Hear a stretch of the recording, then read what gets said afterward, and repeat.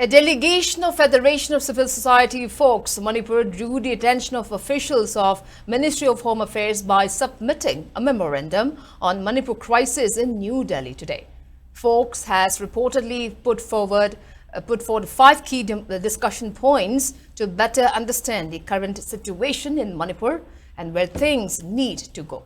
The delegation of Focs, led by its president, BM Yaim Shah, informed the MHA that the situation in Manipur demands operational agility, strategic clarity, and the rejection of fatalistic explanations to restore public trust and prevent further erosion of stability.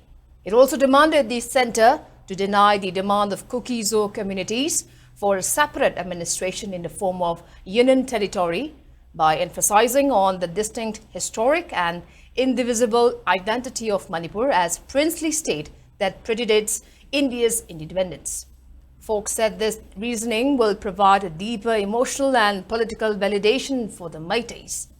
Such a framing might also serve to deter similar separatist aspirations among other groups in the future.